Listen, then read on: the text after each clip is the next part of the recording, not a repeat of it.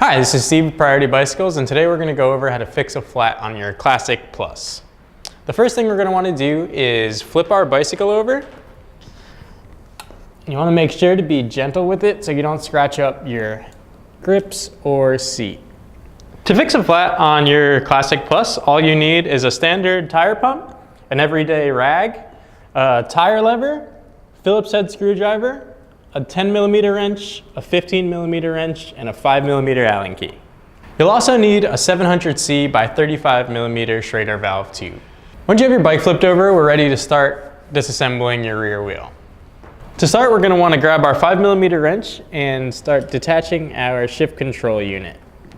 Just give it a turn counterclockwise and it'll pop right off your axle nut. From there, you'll notice a small push rod. We can just take that out and put this to the side so we don't lose it. Once you have the push rod out, we can grab our 15mm wrench and start undoing our axle nuts. Just turn them counterclockwise until they're pretty loose. You don't have to take them all the way off, just loose enough so that the wheel will move back. So once those guys are loose, we can grab our 10mm wrench and undo the chain tensioners on the back of the dropouts. And again, we don't need to undo them completely, just enough so that the belt is loose enough so we can slide our rear wheel out. Give those a couple turns on both sides. Once we have a good amount of slack in the belt, we can start undoing our coaster brake arm. So all we need to do that is a Phillips head screwdriver and the 10mm wrench. Insert the Phillips head screwdriver into the head of the bolt and attach the 10mm wrench to the bolt, the nut behind the coaster brake arm. You can completely undo this bolt and remove it from the frame. Take out the spacer and the washer and loosely put these guys together so you don't lose anything. You can do it in the order that you take it off, just as a frame of reference. Put that to the side so you don't lose it. And then we're ready to remove the wheel from the frame. Just make sure these guys are loose enough to take the wheel out. Give the wheel a little push forward so that you get a little bit more slack in the belt, and then inch this guy off the chainring. You don't want to roll it off. Just pull it off with your hands. Once the belt's off the cog and the chainring, we can remove our wheel from the bicycle and start repairing our flat. To take out our old tube, we're just going to want to grab our tire lever and find this spot directly on the opposite of the valve. That'll be the least resistance with prying your tire off the rim. Stick your tire lever under the lip of the tire itself and move the tire lever all the way around the rim. This will free up one side of the tire so that you can pull the tube completely out and discard it before putting on your next tube. When you throw that guy to the side, completely remove your tire from the rim itself and grab your rag to run through the inside of the tire. Doing this will find any kind of debris that's stuck in the tire and prevent it from damaging the new tube. The rag will get snagged on anything caught in there. Once you find that there's nothing left in your tire, you can start by reinstalling it. You just want to put one side into the lip of the rim so that one side's loosely hanging off. And the tread pattern is always going to be facing forward with the cog on the right side. So once you have that loosely on there, you can grab our new tube and pump. Add a little bit of air to the tube itself so that it takes a bit of a circle shape, which will make it a little bit easier when you're installing the tire. Install the valve into the valve hole first, press it all the way in, and then pull the tire over the tube completely. Then you can start feeding the tube into the tire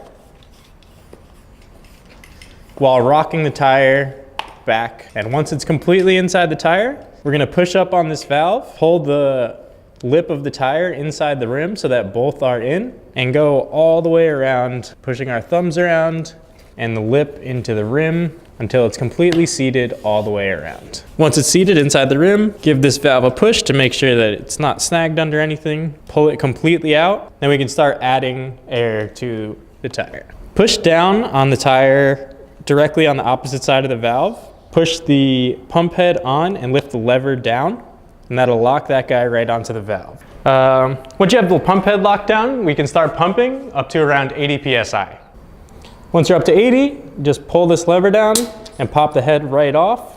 Reinstall your valve cap, and then we're ready to put the wheel right back into the frame. Once the new tube's in and your tire's inflated up to 80, we can start reinstalling the wheel on the bicycle. So all you want to do is wrap the belt around the cog and then insert our axle into the dropouts.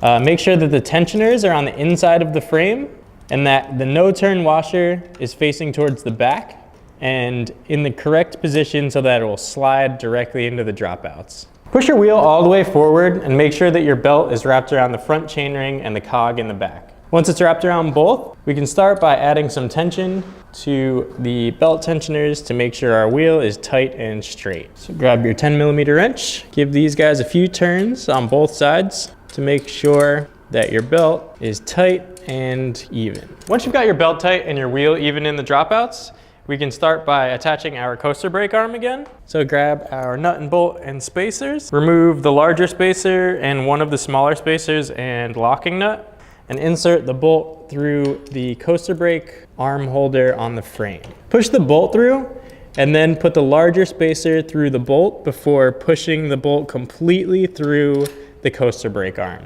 Then take the smaller spacer, put it around the bolt, and install your locking nut. You don't have to tighten this guy all the way down just yet. We'll do that last to make sure that the wheel goes on straight and everything goes on accordingly. So once that guy's loosely assembled, just check to make sure that the wheel is straight. Grab your 15mm wrench and tighten down your axle nuts. Once those guys are tightened down, grab your Phillips head screwdriver and 10mm wrench and tighten down your coaster brake arm. Once that guy's all finished up, we can grab our push rod from our axle, insert it into the axle itself, and then push our shift control unit right back onto the axle nut. Grab 5mm wrench and give that guy a few turns clockwise to lock it down on the axle nut. Once you have everything tightened down, you can flip your bike back over and you're ready to hit the road. If you have any questions, shoot us a call, text, or email at info@prioritybicycles.com. Thank you.